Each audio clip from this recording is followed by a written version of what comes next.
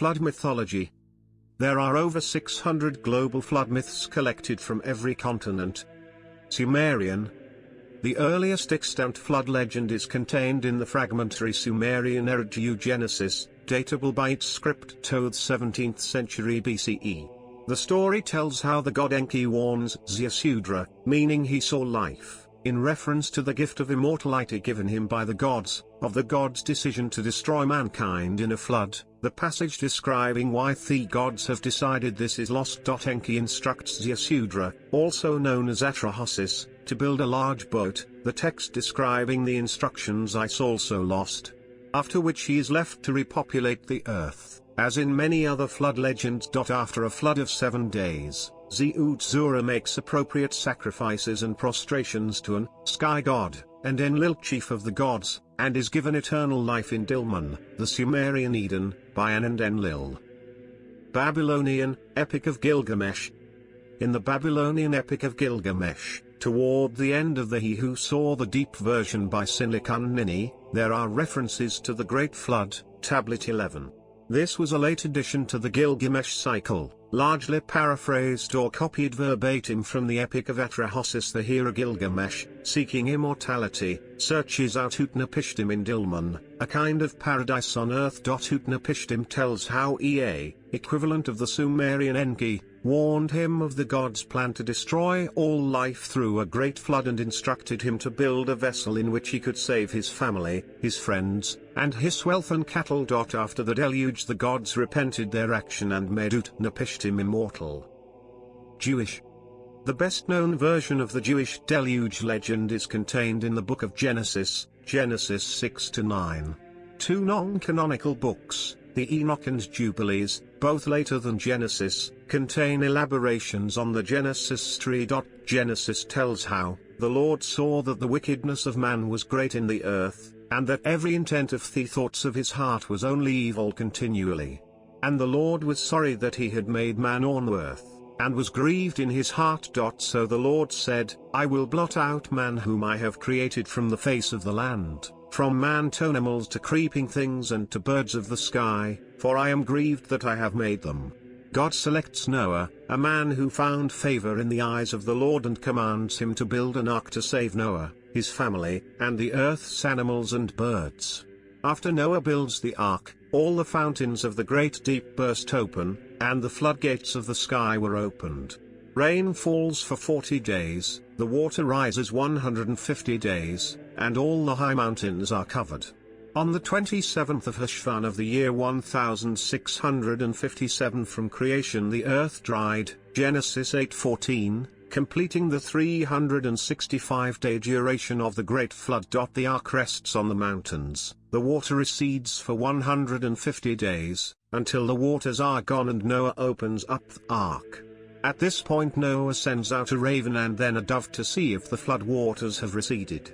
Noah and the animals leave the ark, Noah offers a sacrifice to God, and God places a rainbow in the clouds as a sign they will never again destroy the earth by water. The apocryphal 2nd century BCE first book of Enoch adds to the Genesis flood story by saying that God sent the great flood to rid the earth of the Nephilim, the titanic children of the Grigori, the sons of God mentioned in Genesis, and of human females.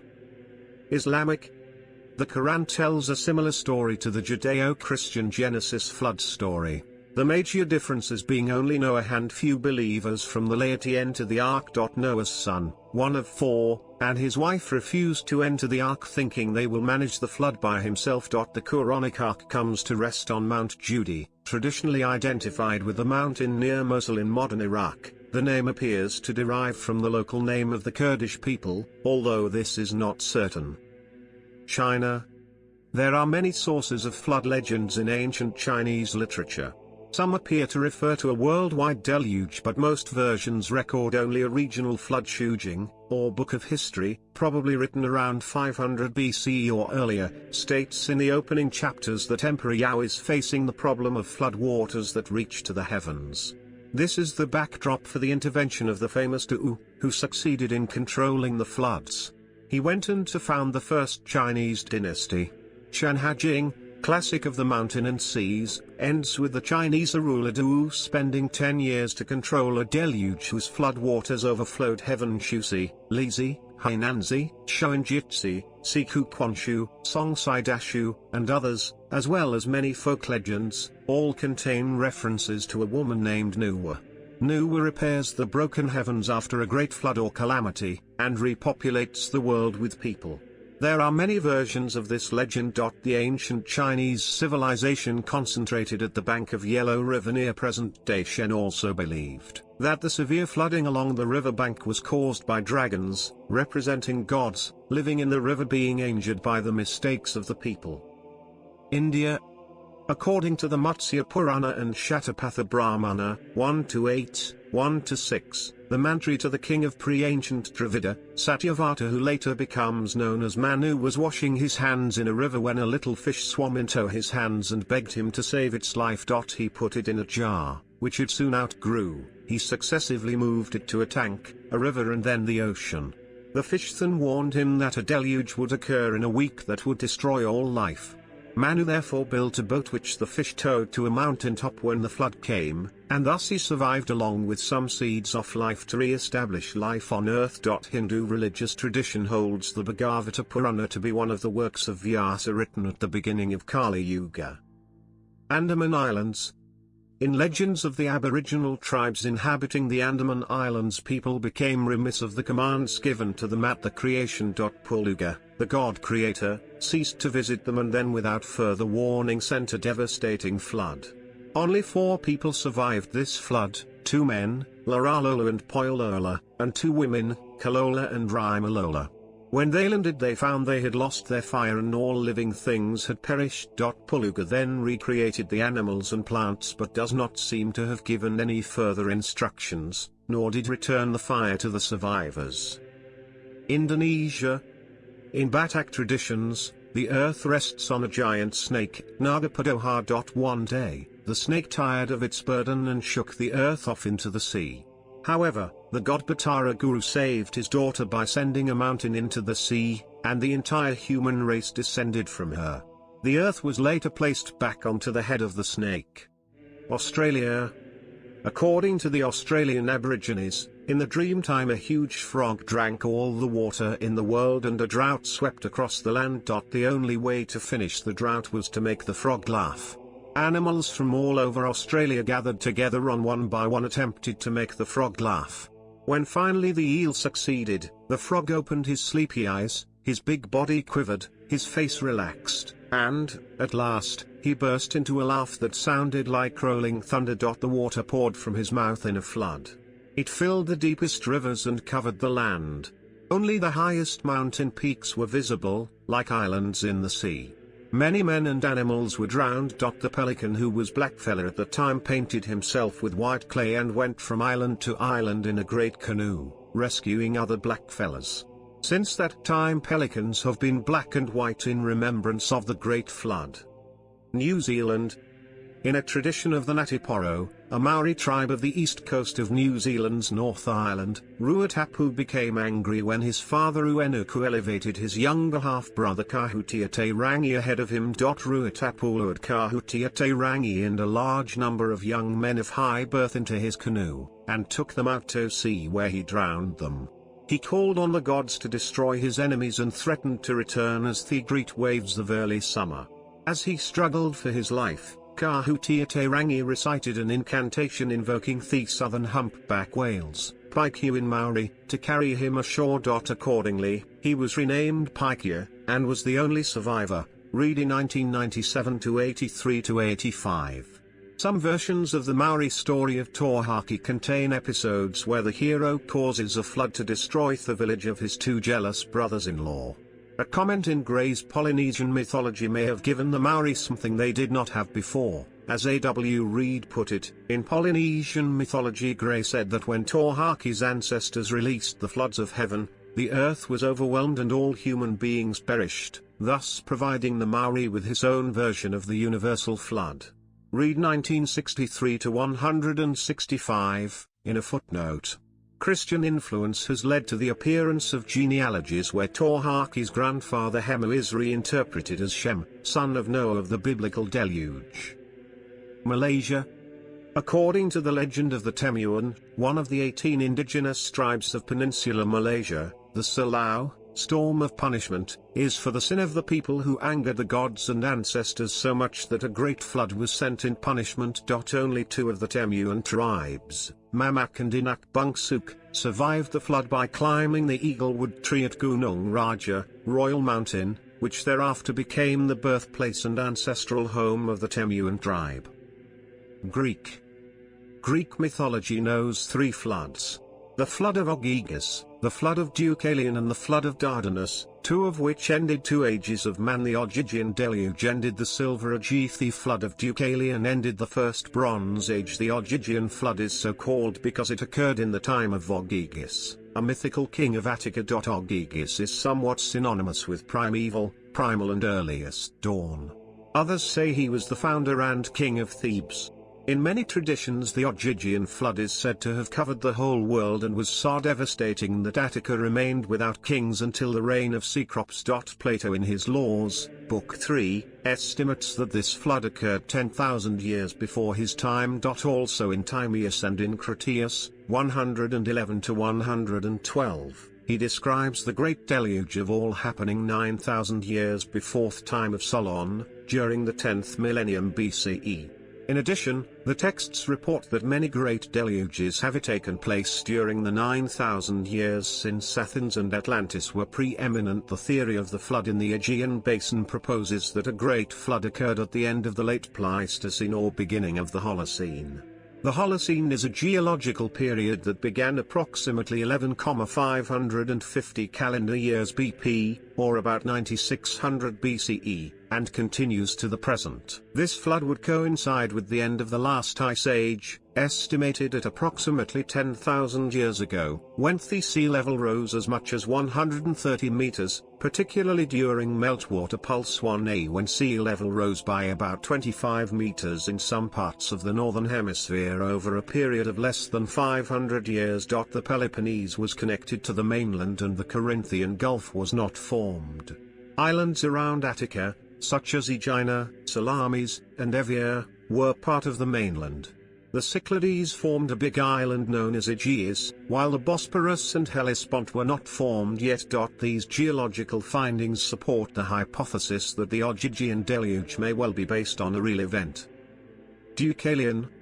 The Deucalion legend as told by Apollodorus in the library has some similarity to Noah's Ark. Prometheus advised his son Deucalion to build a chest. All other men perished except for a few who escaped to high mountains. The mountains in Thessaly were parted, and all the world beyond the Isthmus and Peloponnese was overwhelmed. Deucalion and his wife Pyrrha, after floating in the chest for 9 days and nights, landed on Parnassus. An older version of the story told by Hellanicus has Deucalion's ark landing on Mount Othrys in Thessaly. Another account has him landing on a peak, probably Fuca, in Argolis, later called Nemea. When the rain ceased, he sacrificed to Zeus. Then, at the bidding of Zeus, he threw stones behind him, and they became men, and the stones which Pyrrha threw became women. Apollodorus gives this as an etymology for Greek Laos people as derived from Lus stone. The Megarians told that Megaris, son of Zeus, escaped Deucalion's flood by swimming to the top of Mount Gerania, guided by the cries of cranes. Dardanus. This one has the same basic storyline. According to Dionysius of Halicarnassus, Dardanus left Phoenius in Arcadia to colonize a land in the northeast Aegean Sea. When the Dardanus deluge occurred, the land was flooded and the mountain on which he and his family survived, formed the island of Samothrace. He left Samothrace on an inflated skin to the opposite shores of Asia Minor and settled at the foot of Mount Idaho. Due to the fear of another flood they didn't build a city, but lived in the open for 50 years. His grandson Tros eventually built a city, which was named Troy after him. The Theogony of Apollodorus. This one has the same basic storyline as Deucalion. Prometheus molded men out of water and earth and gave them also fire, which, unknown to Zeus, he had hidden in a stalk of fennel. But when Zeus learned of it, he ordered Hephaestus to nail his body to Mount Caucasus, which is a Scythian mountain. On it Prometheus was nailed and kept bound for many years. Every day an eagle swooped on him and devoured the lobes of his liver, which grew by night. That was the penalty that Prometheus paid for the theft of fire until Hercules afterwards released him. And Prometheus had a son Deucalion. He, reigning in the regions about Thia, married Pyrrha, the daughter of Epimetheus and Pandora, the first woman fashioned by the gods. And when Zeus would destroy the men of the Bronze Age, Deucalion by the advice of Prometheus constructed a chest, and having stored it with provisions embarked in it with Pyrrha. Except a few who fled to the high mountains in the neighborhood, and Peloponnesus was overwhelmed. But Deucalion, floating in the chest over the sea for 9 days and as many nights, drifted to Parnassus, and there, when the rain ceased, he landed and sacrificed to Zeus, the god of escape. And Zeus sent Hermes to him and allowed him to choose what he would, and he chose to get men. And at the bidding of Zeus he took up stones and threw them over his head, and the stones which Deucalion threw became men, and the stones which Pyrrha threw became women. Hence people were called metaphorically people, laos, from las, a stone. And Deucalion had children by Pyrrha, first Helen, whose father some say was Zeus, and second Amphictyon, who reigned over Attica after Cranius, and third a daughter Protogonia, who became the mother of Aethlius by Zeus. Helen had Doris, Xuthus, and Aeolus by a nymph Orpheus. Those who were called Greeks he named Hellenes after himself, and divided the country among his sons. Xuthus received Peloponnese and begat Achaeus and Ion by Creusa, daughter of Erechtheus, and from Achaeus and Ion the Achaeans and Lonians derive their names. Doris received the country over against Peloponnese and called the settlers Dorians after himself. Aeolus reigned over the regions about Thessaly and named the inhabitants Aeolians. He married Inarite, daughter of Deimachus, and begat 7 sons, Pretheus, Sisyphus, Athamas, Salmoneus, Dion, Magnus, Periris, and 5 daughters, Canace, Alcyone, Pisidice, Kalike, Perimede. Perimede had Hippodamus and Orestes by Achelous, and Pisidice had Antiphus and Actor by Myrmidon. Alcyone was married by Ceyx, son of Lucifer. These perished by reason of their pride, for he said that his wife was Hera, and she said that her husband was Zeus. But Zeus turned them into birds, her he made a kingfisher, Alcyon, and him a gannet, Ceyx. Germanic. In Norse mythology, there are 2 separate deluges. According to the Prose Edda by Snorri Sturluson, the first occurred at the dawn of time before the world was formed.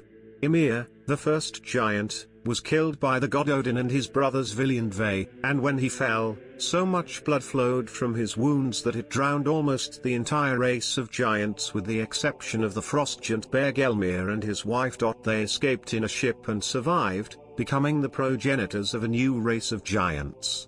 Ymir's body was the noose to form the earth while his blood became the sea. The second, in the Norse mythological time cycle, is destined to occur in the future during the final battle between the gods and giants, known as Ragnarok. During this apocalyptic event, Jormungandr, the great world serpent that lies beneath the sea surrounding Midgard, the realm of mortals, will rise up from the watery depths to join the conflict, resulting in a catastrophic flood that will drown the land. However, following Ragnarok the earth will be reborn and a new age of humanity will begin. The mythologist Brian Branston noted the similarities between this legend and an incident described in the Anglo-Saxon epic poem Beowulf, which had traditionally been associated with the biblical flood, so there may have been a corresponding incident in the broader Germanic mythology as well as in Anglo-Saxon mythology. Irish. According to the apocryphal history of Ireland Lebagabilariren, the first inhabitants of Ireland led by Noah's granddaughter Sisera were all except one wiped out by a flood 40 days after reaching the island. Later, after Partalones and Nevids people reached the island, another flood rose and killed all but 30 of the inhabitants, who scattered across the world. As it was Christian monks who first wrote the story down, It had previously been oral tradition. It is likely that references to the biblical Noah were inserted into the story, in an attempt to Christianize it. Finish.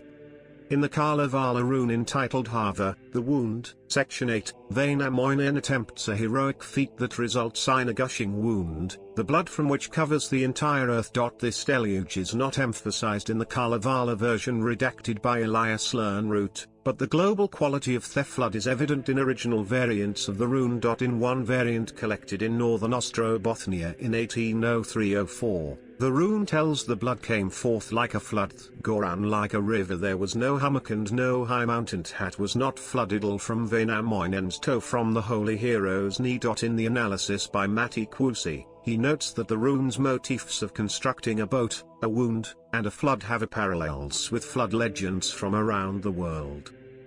Aztec. When the Sun Age came, there had passed 400 years. Then came 200 years, then 76. Then all mankind was lost and drowned and turned to fishes. The water and the sky drew near each other. In a single day all was lost, and flour consumed all that there was of our flesh. The very mountains were swallowed up in the flood, and the waters remained, lying tranquil during 52 springs. But before the flood began, Titlacahuan had warned the man Notu and his wife Nana, saying, "Make no more pulque, but hollow a great cypress, into which you shall enter the month Ozarks. The waters shall near the sky." They entered, and when Titlacahuan had shut them in, he said to the man, "Thou shalt eat but a single ear of maize, and thy wife but one also."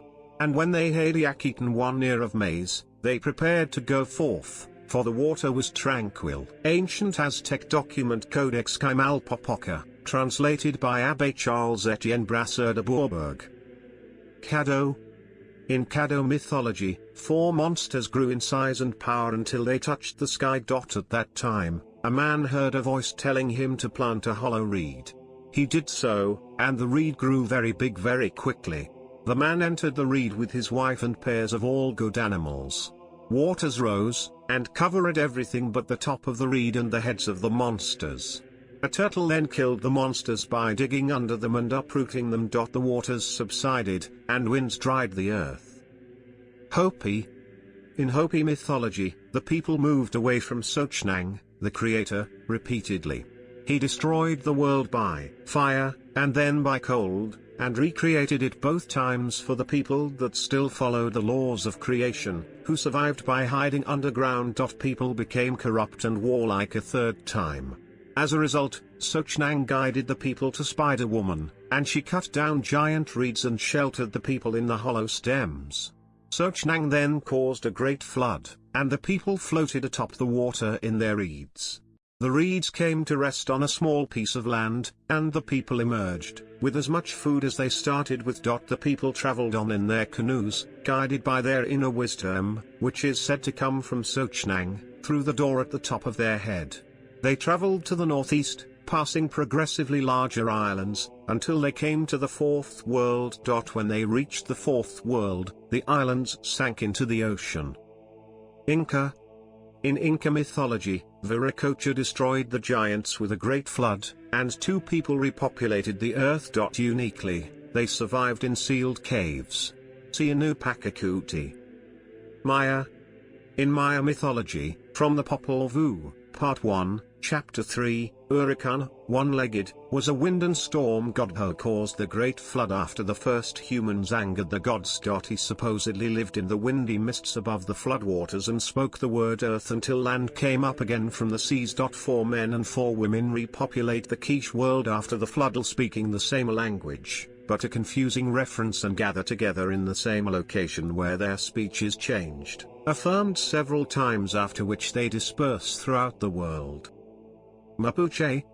In Mapuche mythology, the legend of Trentrenvailu and Saisaivilu says that a battle between 2 mythical serpents provoked a great flood, and subsequently created the Mapuche world as we know it today.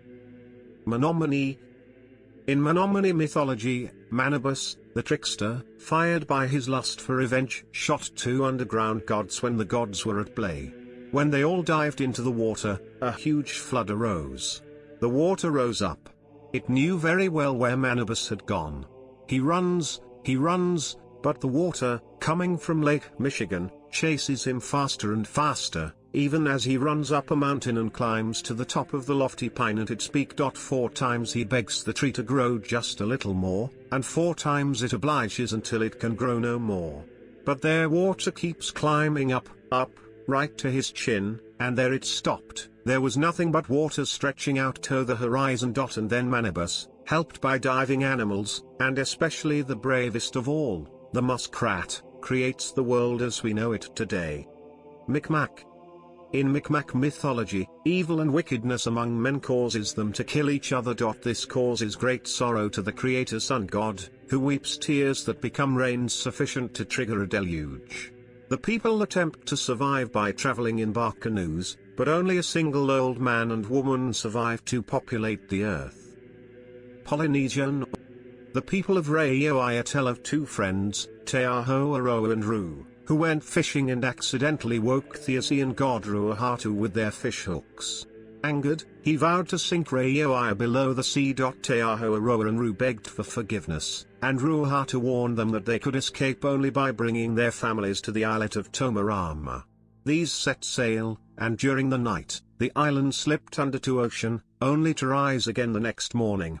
Nothing survived except for these families, who erected sacred Mari temples, dedicated to the god Ruahatu. A similar legend is found on Tahiti. No reason for the tragedy is given, but the whole island sank beneath the sea except for Mount Pitohiti. 1 human couple managed to flee there with their animals and survived. Hawaii. A human couple, Niu'u and Lilinoe, survived a flood on top of Mauna Kea on the Big Island. Niu'u made sacrifices to the moon, to whom he mistakenly attributed his safety. Cain, the creator god, descended to earth on a rainbow, explained Niu'u's mistake, and accepted his sacrifice. Marquesas. The great war god too was angered by critical remarks made by his sister Hyea. His tears tore through heaven's floor to the world below and created a torrent of rain carrying everything in its path. Only 6 people survived.